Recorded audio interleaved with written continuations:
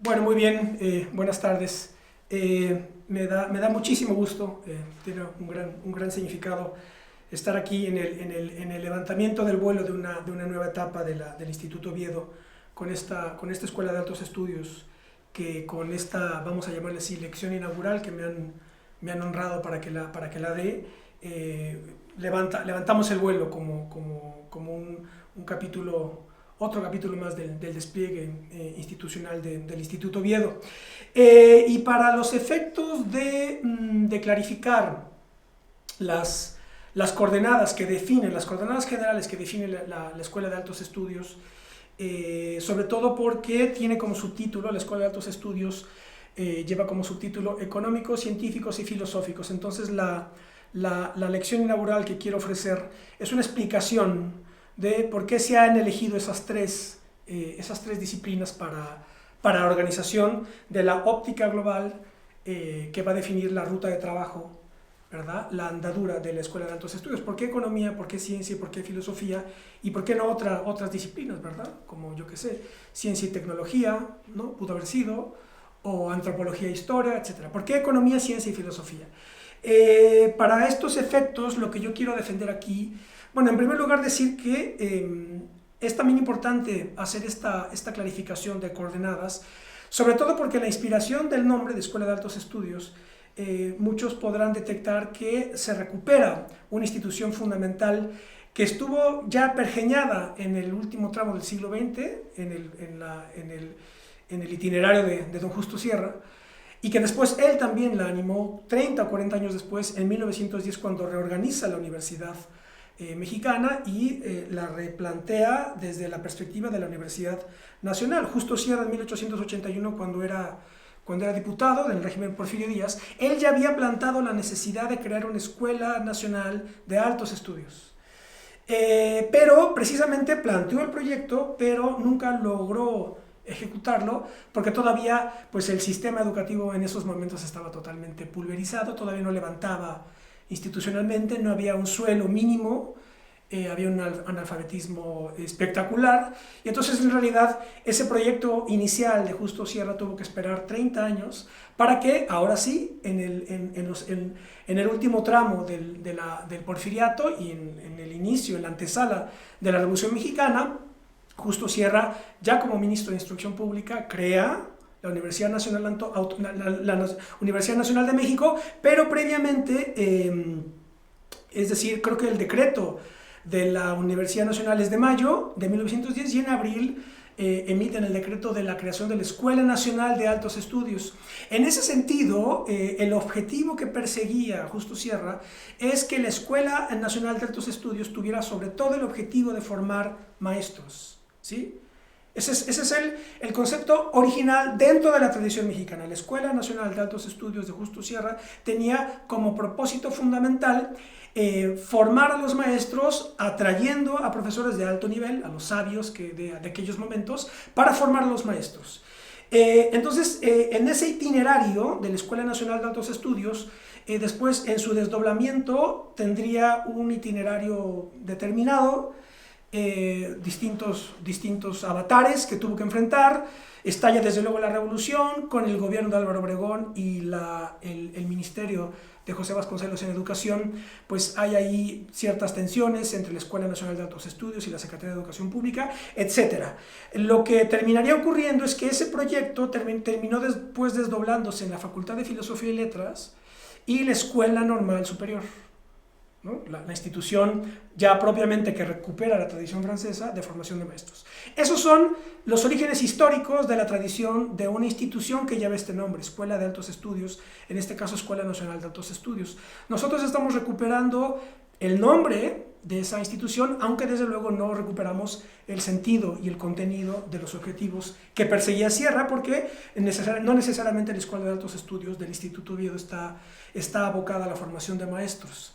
Entonces, un poco por eso es el objetivo de esta lección inaugural, precisar y definir las coordenadas de lo que será la Escuela de Altos Estudios. En todo caso, se recupera esa visión de Justo Sierra de atraer a lo más importante, a los talentos más importantes de las ciencias, las artes, la filosofía, la historia, las disciplinas en general, para generar aquí un ambiente de activación intelectual, científica y filosófica.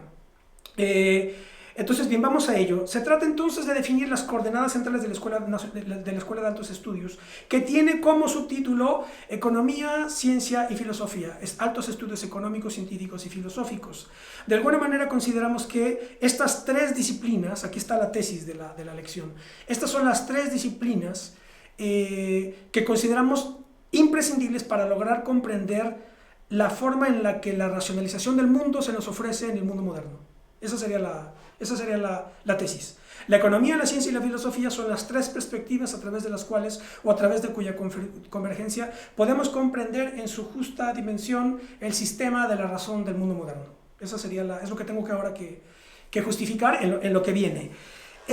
Digámoslo así, por un lado hemos pensado que la economía la estaríamos vinculando con, así un poco a modo de eslogan, la economía estará vinculada con la creación de riqueza y desarrollo, en una primera aproximación. Después tengo que desarrollar más esto. Pero en una primera aproximación, la economía está vinculada con la creación de riqueza y desarrollo. Las ciencias, ¿no? Siempre hay que hablar en plural, porque la idea de ciencia, no existe una ciencia, sino que existen ciencias, ¿verdad? Entonces hay que hablar en términos plurales. Las ciencias están vinculadas fundamentalmente con la clasificación práctica, pragmática, de la realidad. De manera inicial, esquemática. Las ciencias tienen que ver con la clasificación pragmática, práctica de la realidad. Y la filosofía está vinculada con la comprensión sistemática y por tanto estratégica. Este es un punto fundamental. La filosofía es una disciplina de carácter estratégico. Entonces está vinculada con la comprensión sistemática y estratégica del mundo, ¿sí? Y es a través de la filosofía como es posible mapear, ¿verdad?, la manera en que las distintas partes de la realidad, los distintos procesos, los distintos planos, ¿verdad?, se conectan para ofrecérsenos a la experiencia histórica. Y es a partir de la filosofía como es posible entonces mapear y después trazar planes, rutas de acción e incidencia para intervenir en la realidad. Esta es una tesis central de todo el proyecto. La filosofía no es una disciplina especulativa, inútil para eruditos, que sepan mucho de historia, sino que la filosofía es una disciplina estratégica. La filosofía es la disciplina de los estrategas. Ahora bien, tengo entonces que defender la idea de que son estas tres disciplinas y no otras, las tres perspectivas fundamentales desde las cuales podemos comprender los sistemas de racionalización del mundo moderno, porque además de ello, además de que son estos tres planos fundamentales, esta racionalización del mundo moderno hay que decir que se estabiliza a escala política. Es decir, la unidad o el sistema de estabilización de los procesos y de las transformaciones del mundo moderno es el Estado. La estabilización tiene lugar a escala política. Y además esa estabilización no puede ser total porque no hay un Estado mundial, sino que tiene que ser parcial. Las estabilizaciones de los procesos racionales del mundo moderno se estabilizan parcialmente a través de las unidades estatales. Y entonces, como es parcial, hay conflicto entre estados. Y entonces el conflicto entre los estados, la dialéctica de estados, es lo que define la historia. Esa es otra tesis fundamental. Ahora bien, ¿cómo avanzar en esto? Habría que definir qué es la ciencia, qué es la economía y qué es la filosofía, habiendo ya hecho estas primeras conexiones preliminares. Pero ¿qué es la ciencia, qué es la economía y qué es la filosofía? La ciencia o las ciencias es de manera también pues, esquemática, sin profundizar demasiado, porque tampoco podemos extendernos demasiado en esto. La ciencia es un conjunto de transformaciones a través de las cuales se ejecutan operaciones que establecen relaciones entre términos determinados. Términos, relaciones, operaciones. Términos, relaciones, operaciones. Las ciencias, entonces, es un conjunto de transformaciones de la realidad a través de las cuales se establecen relaciones entre términos ejecutados por operaciones que hacen los científicos. Y en esas relaciones se iluminan franjas de verdad de la realidad en cuestión. Esas franjas de la realidad son las que constituyen los campos categoriales propios de cada una de las disciplinas científicas, ¿verdad? La química, la mecánica, la biología, la geología, etc. ¿Correcto? El mundo de hoy está organizado en una serie de campos categoriales que cierran sus operaciones y que a través de esas operaciones se conocen franjas de verdad propias de ese campo, ¿correcto? Y se va conociendo el modo de funcionar de la realidad y del mundo. Eso por cuanto a las ciencias. ¿Qué es la economía? ¿Qué es la economía?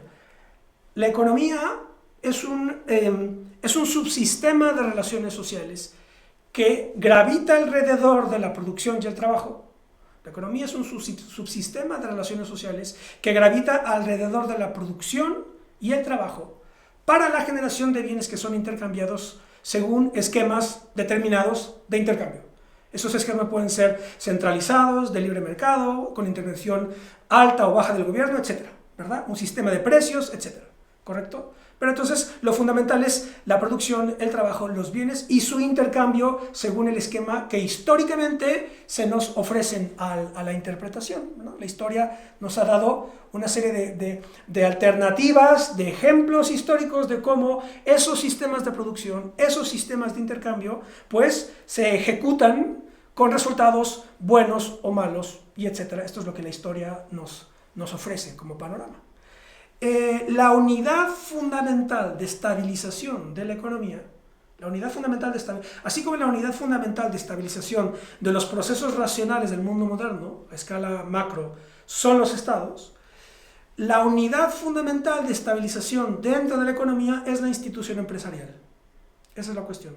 La institución empresarial es esa unidad dentro de la cual tiene lugar el proceso de producción, de trabajo, los conflictos procedentes en esa dialéctica, desde luego, los intercambios, el consumo, los sistemas de precios, etc. Institución empresarial como unidad fundamental de estabilización de la economía. Ahora bien, ¿qué es la filosofía? La filosofía, ya adelanté un poco, la filosofía, se suele decir que la filosofía es algo así como el amor al saber, ¿verdad? La definición más convencional, habitual y etimológica, pero en realidad esa definición ayuda prácticamente para muy poco. Porque en realidad, para empezar, pues filos no necesariamente es amor, sino también es tendencia a, ¿verdad? Filos es tendencia a, pero no necesariamente, aquí el riesgo es que esto se convierta en un reduccionismo subjetivo, psicológico, de tal suerte que uno podría pensar que un poeta que ama a su saber o un matemático que ama a su saber, si nos atenemos a la definición etimológica, podríamos considerar que las matemáticas, porque el matemático la ama, es ya un saber filosófico, y entonces ahí es donde se desdibuja la utilidad de la definición etimológica de la filosofía. La filosofía es una disposición del entendimiento, es una perspectiva del entendimiento, ¿correcto? O, dicho con Gustavo Bueno, un saber de segundo grado, es una disposición del entendimiento desde la cual, o también, recordando la manera en la que Platón la definía, la filosofía es una de las formas que adquiere la conciencia en la ciudad, ¿sí? Desde la cual le es dado a los hombres aproximarse e intervenir en la realidad desde una perspectiva sistemática. Esa es la cuestión. La filosofía es una disposición del entendimiento de carácter sistemático. Aquí estoy resumiendo muchas cosas, pero esto conecta de manera directa con la idea de la filosofía como geometría de las ideas. Es decir, aquí lo único que estoy haciendo es recuperar el origen, la génesis platónica de la filosofía, sobre todo a partir del hecho de que, como muchos recordarán, pues el criterio para entrar en la Academia de Platón era saber geometría. Entonces, el filósofo no es necesariamente aquel que tiene pues mucho saber acumulado. Es decir, el filósofo no es el erudito que sabe mucho de Platón, San Agustín, Descartes, etc. Eso desde luego que es fundamental, obviamente, en la historia de la filosofía. Desde luego que es fundamental, pero, digámoslo así, la posibilidad de considerar a Aristóteles como filósofo no se debía al hecho de que él supiera mucha historia de filosofía presocrática, sino que él tenía una manera de interpretar sistemática la realidad de su presente. Y entonces esa es la idea de filosofía que nosotros recuperamos. La filosofía es entonces, para cerrar esta idea, una disposición estratégica del entendimiento para poder intervenir en la realidad desde una perspectiva sistemática. Y la perspectiva sistemática es la que te permite mapear las conexiones y desconexiones entre la multiplicidad de contenidos que el mundo nos ofrece, que cada vez es más es más caótico, ¿verdad? Está atravesado por las ciencias y las tecnologías, y entonces, claro, lejos de que la filosofía sea una disciplina marginal, que sirve para muy poco o para hacer meditaciones abstractas sobre lo eterno y lo divino, no, lejos de eso, la filosofía es la disciplina que necesita el estratega para comprender cómo funciona la realidad, encontrar su geometría invisible, vamos a decirlo así, e intervenir en ella. Esa es la cuestión. La filosofía es la disciplina de los estrategas y por tanto de los líderes y los directores y los dirigentes. Esa es la cuestión. Es la tesis, un poco, es la manera en la que nosotros podemos interpretar a Alejandro Magno, que fue el gran discípulo de Aristóteles, ¿no? Esto lo decía ya Hegel. La existencia histórica de Alejandro Magno justifica en toda su plenitud el papel de la filosofía. Eso dicho por Hegel. ¿Qué está diciendo ahí? ¿Que Alejandro Magno fue un discípulo del Liceo de Aristóteles? ¿Fue un profesor dentro del Liceo de Aristóteles? No. Fue el discípulo que construyó el imperio moderno, el imperio antiguo más importante de su tiempo, ¿correcto? Es decir, que llevó a la práctica una forma de sistematización de la realidad, ¿correcto? Esa es la cuestión. Entonces, ciencias, economía y filosofía. Ahora bien, lo que tengo yo que ahora explicar y justificar, de modo tal que quede bien apuntalado la óptica global de la Escuela de Altos Estudios, en virtud de que esos altos estudios van a estar fundamentalmente, no exclusivamente ni limitativamente, pero fundamentalmente, organizados en función de la convergencia de estas tres disciplinas: economía, ciencias y filosofía. Tengo que ser ahora capaz de justificar por qué hacemos esta definición de conceptos. Y entonces lo que voy a hacer ahora es cómo se da el entrelazamiento histórico entre la ciencia, la economía y la filosofía, y sobre todo cómo a partir de este entrelazamiento podemos entenderlas como las disciplinas fundamentales para comprender la sistematización racional del mundo moderno. Esta es la cuestión. Y la manera en la que lo voy a hacer es la siguiente. La ciencia y la economía están entrelazadas históricamente, fundamentalmente a partir del siglo XVII, en función de dos conceptos. Uno de ellos es bastante abstracto, pero lo voy a tener que desarrollar, y el otro no lo es tanto. El primer concepto es el concepto de inversión teológica, que ahora explicaré, que tiene lugar en el siglo XVII, y el segundo concepto es la producción, ¿sí? La inversión teológica y la producción. A partir de estos dos conceptos es posible comprender el entrelazamiento orgánico, histórico desde luego, entre la ciencia y la economía, de modo tal que podamos considerar que solo a través de este entrelazamiento podemos comprender el mundo moderno, a diferencia de si nos situáramos en fases previas. Esa es la cuestión. Es decir, ahora la ciencia y la economía, o las ciencias y la economía, son las dos perspectivas a partir de cuyo entrelazamiento vamos a poder comprender en su justa dimensión y problematicidad la complejidad del mundo moderno. ¿Por qué? Por la inversión teológica y la producción. Vamos a ello. Ciencia. Una vez dicho ya de una manera preliminar lo que es la ciencia como conjunto de transformaciones, etc., ahora habrá que decir cómo históricamente la ciencia se va desarrollando en función, también dicho muy esquemáticamente, en función de dos revoluciones fundamentales. Lo que podremos llamar algo así como revolución teórica, si se me permite decirlo así, y una segunda revolución que fue tecnológico-industrial. La revolución teórica es la que tiene lugar en el llamado siglo del genio, que fue el siglo XVII, que prácticamente es donde nosotros podemos trazar el corte, que precipita ya la configuración del mundo moderno tal como se nos ofrece hasta el presente. Es decir, el mundo contemporáneo pues es un desdoblamiento de la fase moderna, que desde luego tiene antecedentes geopolíticos fundamentales, como sabemos, ¿verdad? Geopolíticamente, pues la transición entre la Edad Media y el mundo moderno se inicia, en primer lugar, pues en 1453, con la toma de Constantinopla por los otomanos, por los turcos. Después 1492, año fundamental, enero de 1492, toma de Granada por los reyes católicos, fin de la reconquista que es un concepto un poco forzado, porque España no existía como tal durante la conquista islámica. Lo que existían eran reinos visigodos, hispano-visigodos, pero en todo caso, historiográficamente se considera que la reconquista española, que inicia, ¿verdad?, desde Covadonga y dura 7-8 siglos, concluye en enero de 1492. Segundo acontecimiento fundamental. Tercer acontecimiento fundamental, descubrimiento de América por Colón, como todos sabemos, en octubre de 1492. ¿correcto? Esos son un poco los antecedentes. Otro acontecimiento fundamental fue, desde luego, y esto luego no se suele recordar con el énfasis necesario, el otro acontecimiento fundamental fue la circunnavegación de la Tierra por Juan Sebastián Elcano y Magallanes, que es cuando precisamente se puede conmensurar y se puede verificar la esfericidad de la Tierra. Esto es fundamental, que luego no se suele recordar. Entonces, claro, estos son los antecedentes, vamos a decirlo así, entre geopolíticos, religiosos y de alguna manera científicos o técnicos, que prefiguran el tránsito de la Edad Media a la Edad Moderna. Pero, digámoslo así, el siglo en donde ese proceso se acelera y ya lo lleva a otra escala, lleva al mundo a otra escala, es el siglo XVII. ¿Por qué? Pues porque en el siglo XVII tiene lugar, en el ámbito del desarrollo de la ciencia, lo que he querido denominar la Gran Revolución Teórica. ¿Qué ocurre? Pues que, resumiendo muchísimo, de Copérnico a Newton, ¿correcto? 1543, ¿verdad? ¿No? Redacción del Tratado sobre las órbitas celestes de Copérnico hasta la física de Newton, siglo XVII, ¿correcto?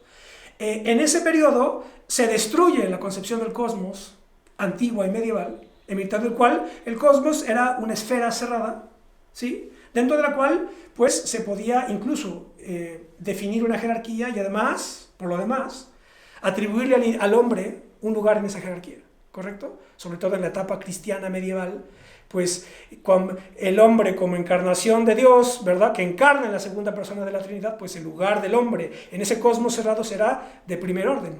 Claro, con la revolución científica, teórica del siglo XVII, de Copérnico y Newton, pues ese cosmos lo hacen estallar y se entiende entonces como, no ya como un cosmos, sino como un universo infinito y en expansión, que es conocido pues por la geometría o la mecánica. ¿Correcto? Entonces, esta es la primera gran revolución que verdaderamente trastoca la forma de concebir el universo y de también poder encontrar un lugar al hombre en esa jerarquía y en esa estructura, que en realidad desaparece esa posibilidad. ¿Correcto? Primera revolución. La siguiente revolución, y aquí es donde aparece el problema de la producción. Esta es la cuestión. No problema, la cuestión de la producción para los efectos de la conexión entre ciencia y economía. ¿Por qué?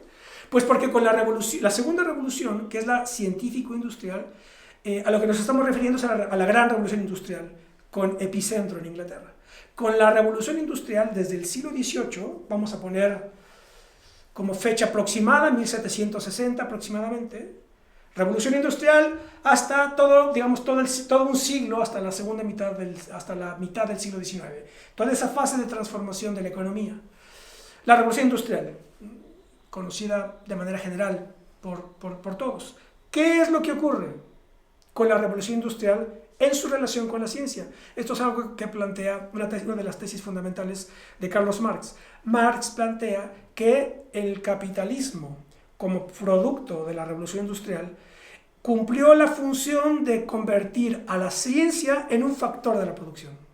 Esa es la cuestión. A través del capitalismo, la ciencia deja de ser solamente una cuestión de tipo teórico y se incorpora como una subordina. La ciencia quedó subordinada a la producción capitalista. Y entonces aquí tiene esa fusión revolucionaria en virtud de la cual en los procesos de la producción, que son centrales en la economía, está ya incrustada la técnica, las tecnologías y la ciencia. De tal suerte que es imposible ya comprender el mundo más cotidiano y más inmediato en el que nos movemos sin considerar que ese mundo está organizado en función de los procesos productivos y de la manera en la que esos procesos productivos se incorporaron a la ciencia como subordinada, como un factor de la producción. Esa es la cuestión. Entonces nuestro mundo, el mundo del presente, está todo ya atravesado por las ciencias y la tecnología, ¿correcto? Y esta una de las aportaciones fundamentales y que hacen que Carlos Marx deba ser considerado como una figura central dentro del pensamiento filosófico, de la antropología filosófica, es que él iluminó el concepto, la idea de producción, mezclando la idea de objetivación de la filosofía clásica alemana como buen heredero de Hegel y del idealismo alemán, que él era, desde luego. Entonces la idea de objetivación de la filosofía clásica alemana la conjuga Marx con la idea de fabricación de la economía política inglesa. Y entonces esa conjugación entre fabricación y objetivación cristaliza en la idea de producción. De tal suerte que a partir de en fin, esto no necesariamente se trata de que uno se haga marxista o socialista por esto. Son aportaciones de rango filosófico que tienen que ser concedidas para poder entender a la escala de la antropología filosófica cómo funciona nuestro mundo. Es decir, el mundo ya no puede entenderse más que dentro de la idea de producción como un proceso en el cual la realidad y la naturaleza está transformada a través del trabajo, incorporando las aportaciones de la tecnología y de la ciencia. Esa es la cuestión. Está trabada orgánicamente. Aquí está este entrelazamiento entre la ciencia y la economía. Ahora bien, esto por cuanto a la ciencia. Ahora bien, ¿qué ocurre con la economía?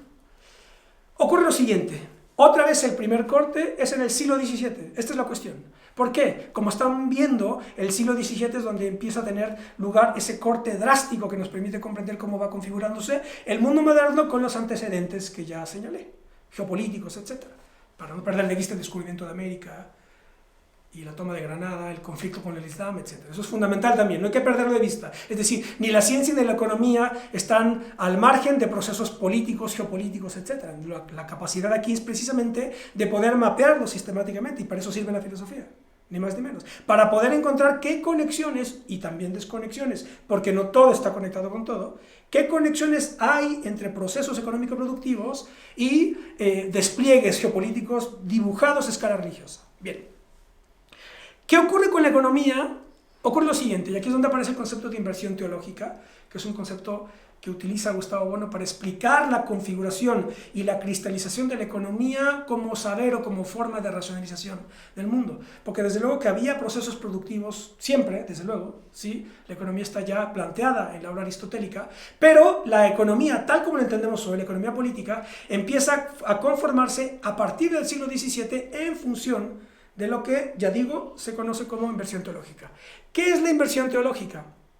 La inversión teológica es ese proceso que tiene lugar en el mundo cristiano medieval, en virtud del cual el Dios personal de las religiones terciarias, que está concebido como el límite de los contenidos del mundo, es decir, una cosa que crea el mundo y entonces se nos ofrece como límite, ¿sí? El Dios personal como límite de los contenidos del mundo revierte, se vuelve sobre esos contenidos, de suerte tal que los conceptos teológicos, que son aquellos desde los cuales se habla de Dios, comienzan a ser conceptos para hablar sobre el mundo.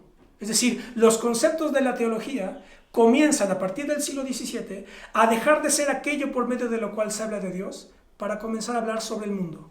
O dicho de otra manera, Dios deja de ser, a partir del siglo XVII, aquello sobre lo que se habla para ser algo aquello desde lo que se habla. ¿Y qué es de lo que se habla? ¿Qué es de lo que se comienza a hablar a partir del siglo XVII desde la perspectiva de Dios según la inversión teológica? De lo que se empieza a hablar es precisamente de la mecánica y la economía política. La mecánica como ese conjunto de leyes que te permite comprender el funcionamiento interno del universo, de los procesos del universo, ¿sí? Copérnico-Newton, y la economía política es precisamente la manera en la que tú puedes entender el funcionamiento de la realidad social, sobre todo cuando se entiende como un subsistema que gira en torno de la producción y el trabajo. Entonces, a partir de, claro, esto no suele explicarse luego en los cursos de historia del pensamiento económico. Esto no se explica, porque solamente se puede ver a la escala de la filosofía. Es decir, la economía política como un sistema teórico o como una forma de comprender los procesos sociales desde la producción y el trabajo tiene un origen teológico. Es la inversión teológica, ¿correcto? ¿Sí? Entonces, mecánica y economía política en realidad son las nuevas formas de racionalización del mundo moderno, tal como que es lo que plantea al inicio de la sesión. La economía política y la ciencia, en este caso la mecánica, entendiéndolo como el canon de la ciencia moderna, la ciencia newtoniana, son en realidad los ámbitos fundamentales desde los cuales ya no puedes salirte para lograr comprender la racionalización del mundo moderno. Esa es la cuestión. Y como tengo dicho, el concepto de producción es donde la ciencia teórica y el proceso de la economía quedan imbricados, quedan entrelazados.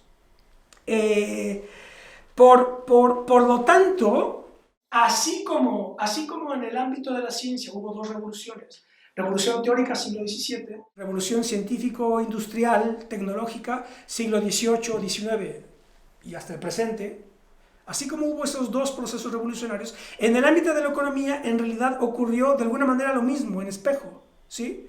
Inversión teológica en el siglo XVII y después la transformación o el perfilamiento de las primeras obras de economía, la principal de las cuales, como todos sabemos, es La riqueza de las naciones de Adam Smith, de la segunda mitad del siglo XVIII, que es cuando ya está tratándose de sistematizar un ámbito específico de las relaciones sociales dentro de la configuración de los estados modernos absolutistas, previo ya al proceso de las revoluciones atlánticas, a partir de las cuales esos estados absolutistas, que son imperios, se transforman en naciones políticas independientes a partir de las revoluciones atlánticas. Entonces, Adam Smith es de alguna manera el autor que ya, en donde ya está teniendo lugar ese proceso de transformación y en donde a través de cuya obra se va perfilando el pensamiento económico. Como sabemos, Adam Smith pues se considera el padre del pensamiento económico, sin perjuicio de que él haya sido en Glasgow profesor de filosofía moral. Es decir, no existía la cátedra de economía en ningún lado. La cátedra de economía después se organiza en el ámbito inglés como economía política, y luego Alfred Marshall en Cambridge transforma la cátedra de economía política en cátedra de economía a principios del siglo XX. Entonces, claro, es decir, hay un proceso en paralelo, desde luego, en el que la ciencia va consolidándose como un factor de la producción y, por otro lado, la economía va también consolidándose como una disciplina a través de la cual se van comprendiendo la problematización de los procesos productivos, de las teorías del valor, trabajo, etc. Y aquí ya se despliegan todas las distintas tradiciones y corrientes del pensamiento económico. La tradición clásica que inaugura Smith, que va fundamentalmente de Smith a Marx.